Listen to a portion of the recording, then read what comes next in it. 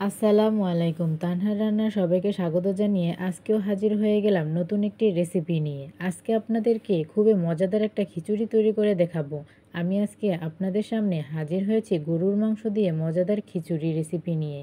এই খিচুড়িটি একদম ঝরঝরে হবেও না, আবার একদম নরমও হবে না।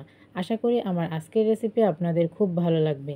চলুন তাহলে দেখে নেই এর প্রস্তুত প্রণালী। প্রথমে আমি নিয়ে নিচ্ছি 1.5 কেজি গরুর মাংস। মাংসগুলো আমি টুকরো করে কেটে ধুয়ে নিয়েছি। এবার আমি যে প্যানে রান্না করব সেই প্যানের মধ্যে মাংসগুলো দিয়ে দিলাম। এখন দিচ্ছি 1 কাপ পেঁয়াজ কুচি। পেঁয়াজগুলোকে আমি হাত দিয়ে চেপে ভেঙে দিয়ে দিলাম। এখন দিয়ে দিচ্ছি 1.5 চা চামচ রসুন বাটা, 1 চা চামচ আদা বাটা, 1.5 চা চামচ হলুদের গুঁড়ো,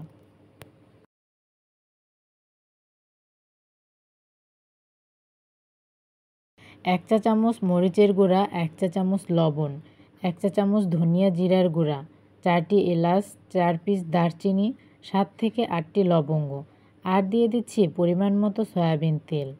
এখন মশলাগুলো মাংসর সাথে ভালোভাবে মিক্সড করে নেব। এভাবে হাতে মেখে মাংস রান্না করলে মাংসের স্বাদ দ্বিগুণ বেড়ে যায়। চেষ্টা করবেন হাতে মেখে মাংসটি রান্না করতে। এই তো আমার মিক্সড করা হয়ে গিয়েছে। এখন একটু পানি দিয়ে হাতটি ধুয়ে দিয়ে দিলাম।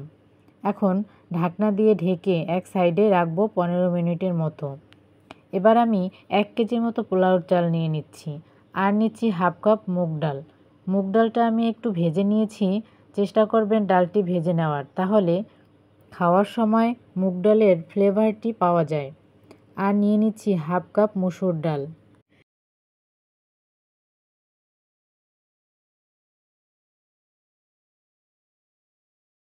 এখন চাল ও ডাল পরিষ্কার পানি দিয়ে ধুয়ে নেব।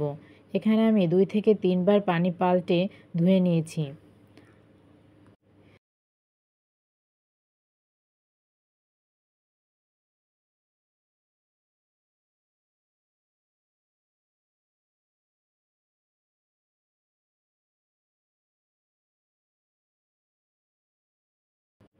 ধোয়া হয়ে গেলে একটি ছাঁকনিতে দিয়ে দিলাম পানি ঝরানোর জন্য।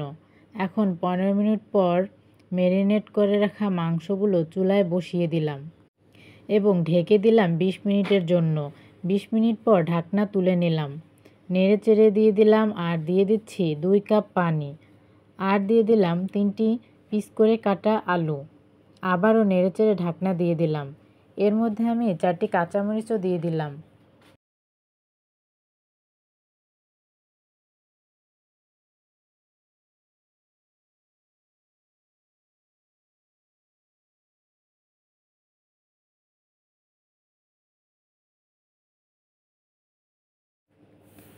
দশ মিনিট পর ঢাকনা তুলে নিলাম। এই তো আমার গরুর মাংস রান্না করা হয়ে গিয়েছে এবং পারফেক্টভাবে সিদ্ধও হয়ে গিয়েছে।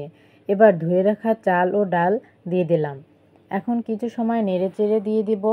2 থেকে 3 মিনিট ভেজে নেব। তারপর দিয়ে দেব পরিমাণ মতো গরম পানি। এই তো আমার ভেজে নেওয়া হয়ে গিয়েছে।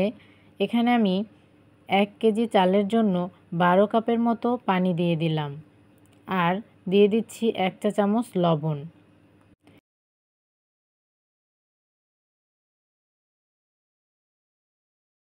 এখন একটু নেড়ে দিয়ে ঢাকনা দিয়ে ঢেকে দিলাম।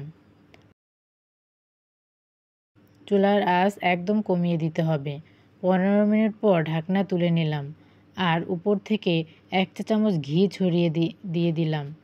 এতে খিচুড়িটি খেতে দারুণ লাগে। এখন ঘিয়ের সাথে নেড়েচেড়ে মিশিয়ে দেব। দেখতেই পাচ্ছেন আমার খিচুড়ি রান্না হয়ে গিয়েছে। এখন পরিবেশন করার পালা। তৈরি হয়ে গিয়েছে গরুর মাংসের ভুনা খিচুড়ি। এখন বৃষ্টির সিজনে এরকম গরম গরম ভুনা খিচুড়ি হলে তো আর কিছুই লাগে না। তো বন্ধুরা, আশা করছি আমার রেসিপিটি আপনাদের ভালো লেগেছে। এরকম নতুন নতুন রেসিপি পেতে লাইক, কমেন্টস ও শেয়ার করে দিবেন এবং আমার চ্যানেলটি সাবস্ক্রাইব করে পাশে থাকবেন। আল্লাহ হাফেজ।